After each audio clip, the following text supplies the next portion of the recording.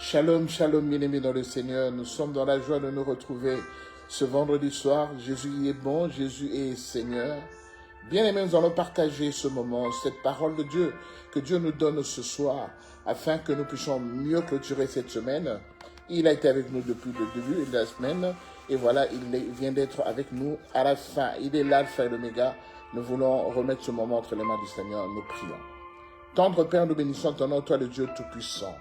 Nous voulons encore te reconnaître que ta puissance est manifeste dans nos vies. Nous voulons encore reconnaître que tu es Dieu et que tu nous protèges en tout instant. Nous voulons abandonner ce moment entre tes saintes et divines mains. Agis en puissance et en maître, Père de gloire Jésus. Prends la première place, que nous disparaissions et que toi puisses encore croître au milieu de nous, Seigneur, pour que l'honneur revienne qu'à toi seul. Dans le nom de Jésus, nous t'avons ainsi prié. Amen. Shalom, bien-aimés dans les Seigneurs. Shalom, shalom. Jésus-Christ est bon, il est Seigneur. Nous voulons partager ce moment ensemble avec vous. Nous n'avons pas beaucoup de minutes, 10 à 15 minutes, afin d'écouter ce que le Seigneur nous a réservé pour ce soir. Il nous a conduit dans le livre de Samuel, 1 Samuel chapitre 3 du premier verset jusqu'au verset 10. Bon, on ne va pas tout lire parce que c'est quand même long, on n'a pas assez de temps. Mais on va résumer la parole, on va résumer en fait le passage que le Seigneur nous donne ce soir. La Bible nous dit que le jeune Samuel, nous connaissons tous Samuel, c'est l'enfant de Anne.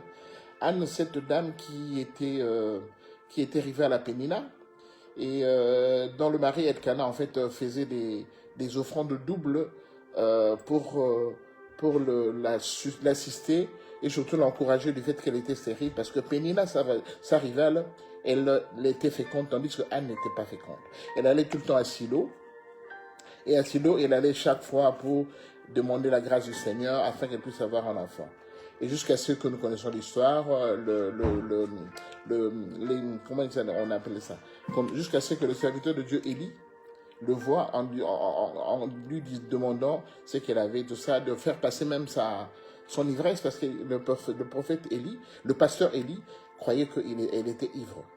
Mais il a dit que je ne suis pas ivre, mais c'est ma douleur qui me fait chagriner comme ça, qui me fait pleurer comme ça. Et le prophète Élie a dit que le Seigneur vous entende, et le Seigneur l'a entendu cette fois-là. C'est ainsi qu'elle a accouché de Samuel. Et elle avait dit au Seigneur, Seigneur, si tu me donnes un enfant mâle, je veux te le consacrer. C'est ainsi que quand Samuel est né, Anne a apporté Samuel auprès du pasteur Élie pour qu'il puisse être consacré à l'Éternel.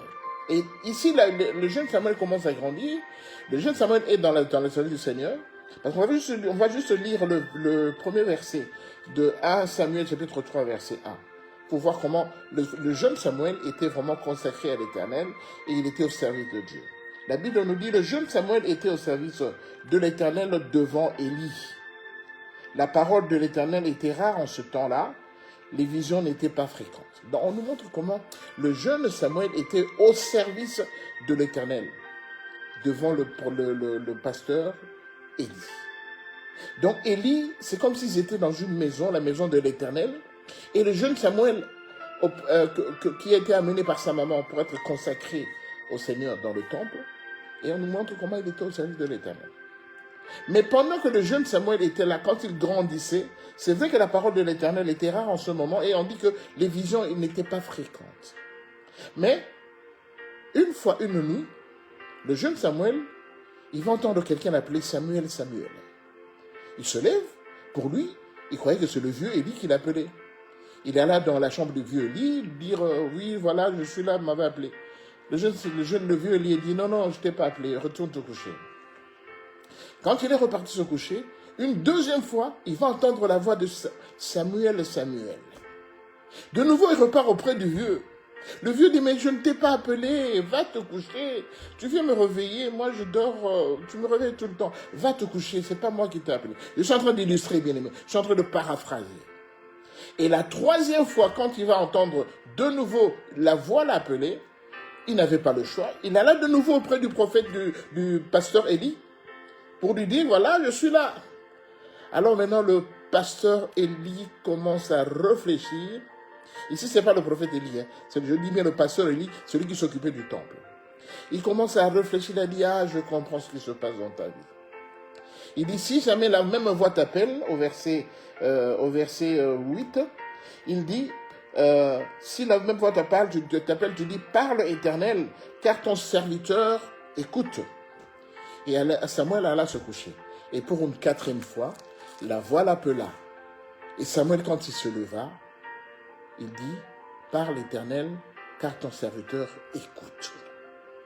Et c'est ainsi que le Seigneur lui a révélé quelque chose de grand, de très important, qui concernait le vieux Élie. Mais il a préféré le dire au jeune Samuel.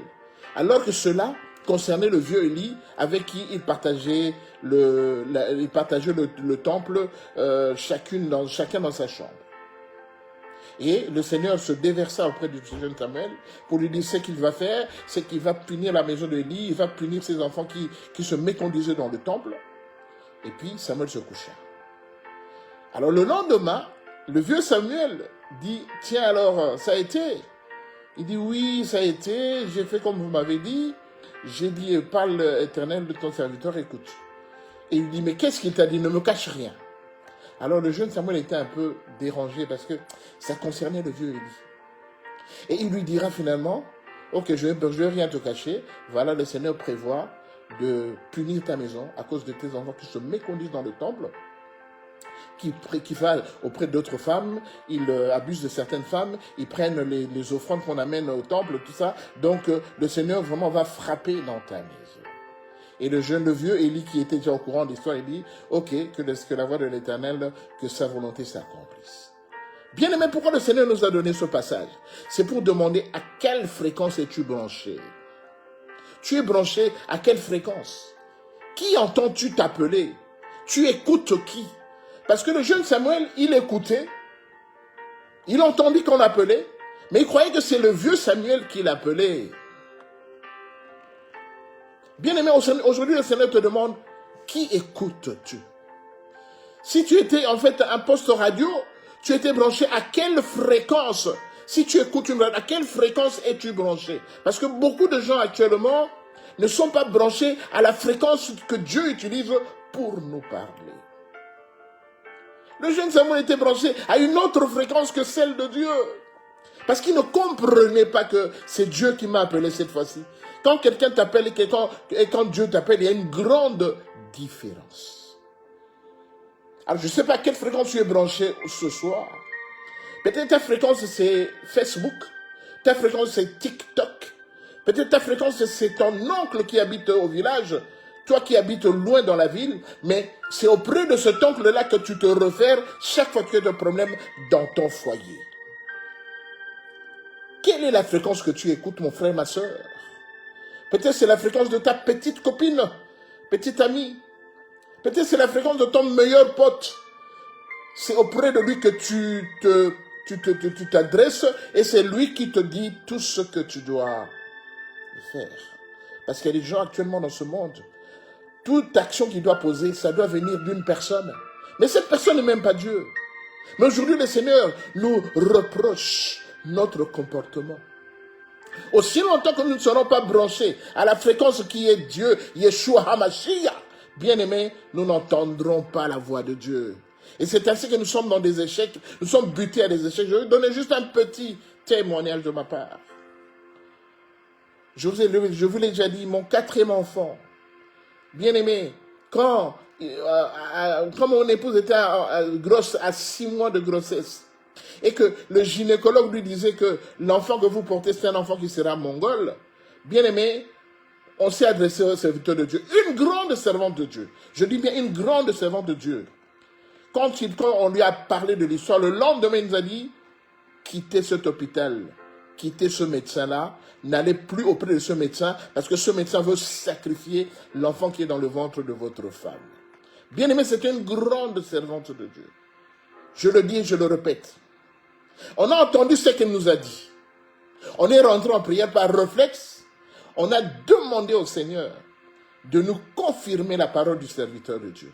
Bien aimé, quand on s'est mis dans la prière, le Seigneur nous a dit, non, ne quittez pas ce médecin. Continuez à fréquenter ce médecin parce que moi, je veux me glorifier auprès de ce gynécologue.